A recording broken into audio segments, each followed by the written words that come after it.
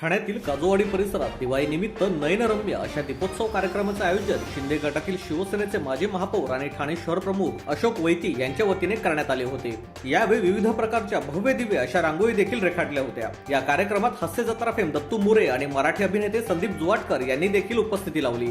यावेळी माजी महापौर शिवसेना शिंदे गट अशोक वैती यांनी पत्रकारांशी बोलताना या कार्यक्रमाविषयी अधिक माहिती दिली। S9 news Thane.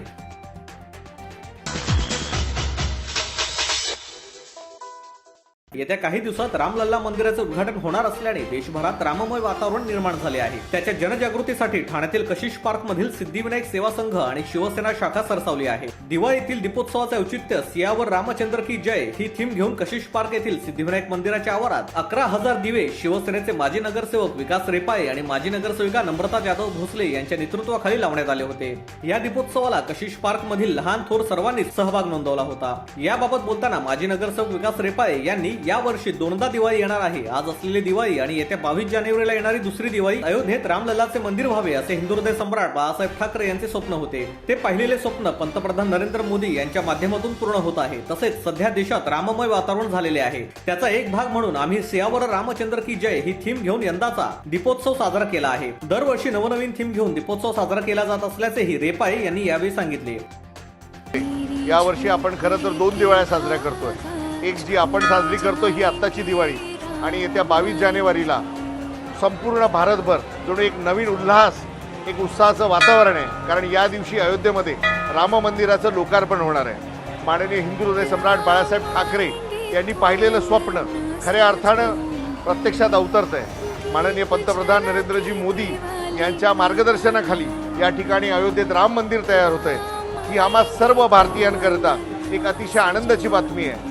माजी नगरसेविका नम्रता भोसले यांनी बोलताना दीपोत्सवाचे हे यंदाचे 9वे वर्ष आहे। त्यातच येत्या 22 जानेवारीला अयोध्येत रामलल्ला मंदिराचे उद्घाटन होणार आहे। त्या दृष्टीने जनजागृती करण्यासाठी सियावर रामचंद्र की जय ही थीम यंदा घेतली आणि त्या दृष्टीने वातावरण निर्माण करण्यात यश आले। त्याला नागरिकांचा मोठ्या प्रमाणात प्रतिसाद लाभला असेही त्यांनी शेवटी बोलताना सांगितले।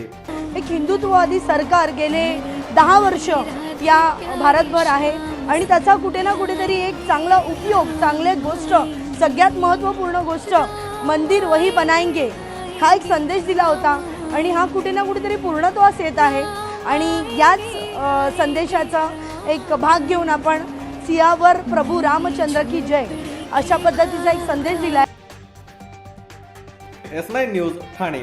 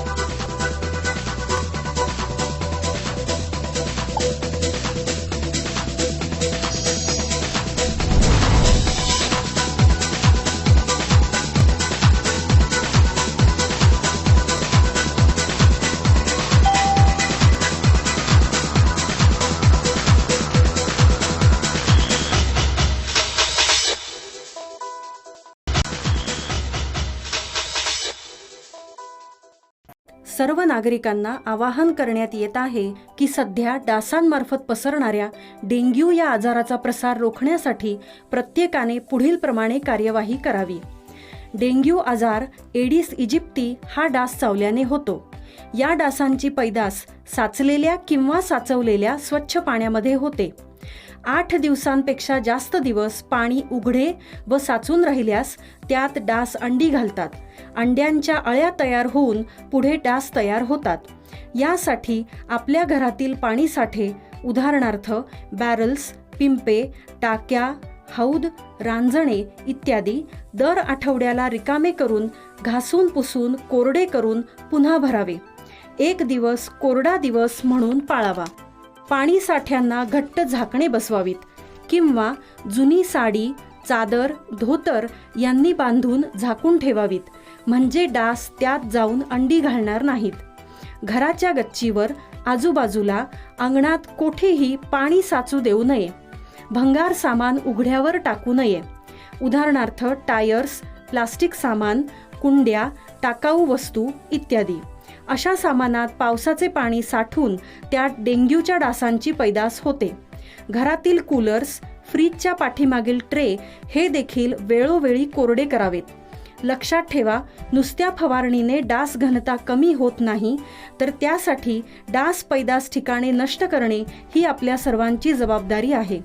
कोणताही ताप अंगावर न काढता जवळच्या शासकीय रुग्णालयात मोफत औषधोपचार घ्या.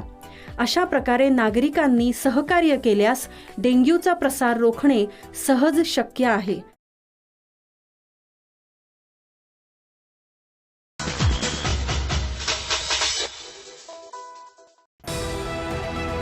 TJSB सौर शक्ती कर्ज. Go green. करा वीज बिलावर बचत.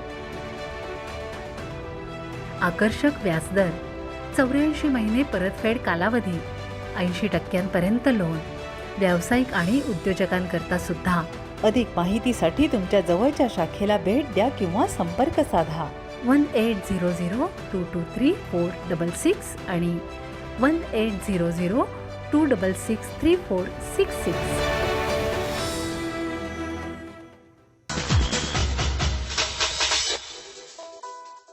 महाराष्ट्र नवनिर्माण सेनेचे प्रमुख राज ठाकरे हे आज ठाणे शहराच्या दौऱ्यावर आले असून या दौऱ्यादरम्यान त्यांनी जिल्ह्यातील पदाधिकाऱ्यांची बैठक घेतली. या बैठकीत त्यांनी आगामी कोकण पदवीधर निवडणुकीबाबत ठाणे, कल्याण, नवी मुंबईच्या पदाधिकाऱ्यांशी चर्चा करून निवडणुकीसाठी जोमाने कामाला लागा असे त्यांना सांगितले. तसेच या दरम्यान मराठा आरक्षण, आगामी लोकसभा, विधानसभा निवडणुकांबाबत देखील चर्चा झाली. आगामी लोकसभा आणि विधानसभा निवडणुकांच्या पार्श्वभूमीवर सर्वच राजकीय पक्षांनी मोर्चेबांधणी सुरू केली आहे. त्यासाठी सर्वच पक्षांचे नेते शहरात दौरे करून पदाधिकाऱ्यांसोबत बैठका घेत आहेत. याशिवाय सर्वच राजकीय पक्षांनी कोकण पदवीधर निवडणूक लढवण्याची तयारी सुरू केली असून त्यासाठी पदाधिकाऱ्यांकडून मतदार नोंदणी करण्यात येत आहे. मनसेकडून देखील अशा प्रकारची तयारी सुरू झाली आहे. असे असतानाच महाराष्ट्र नवनिर्माण सेनेचे प्रमुख राज ठाकरे हे गुरुवारी सकाळी ठाणे शहराच्या दौऱ्यावर आले आहेत. नौपाड येथील मध्यवर्ती कार्यालयात त्यांनी शहरातील पदाधिकाऱ्यांची बैठक घेतली. यामध्ये आगामी कोकण पदवीधर निवडणुकीबाबत त्यांनी जिल्ह्यातील पदाधिकाऱ्यांशी चर्चा करून तयारीचा आढावा घेतला. याशिवाय मराठा आरक्षण बाबत पदाधिकाऱ्यांची भूमिका समजून घेतली. तसेच आगामी लोकसभा, विधानसभा आणि महापालिका निवडणुकीत कशा प्रकारे तयारी करावी लागेल याबाबत मार्गदर्शन देखील त्यांनी केले.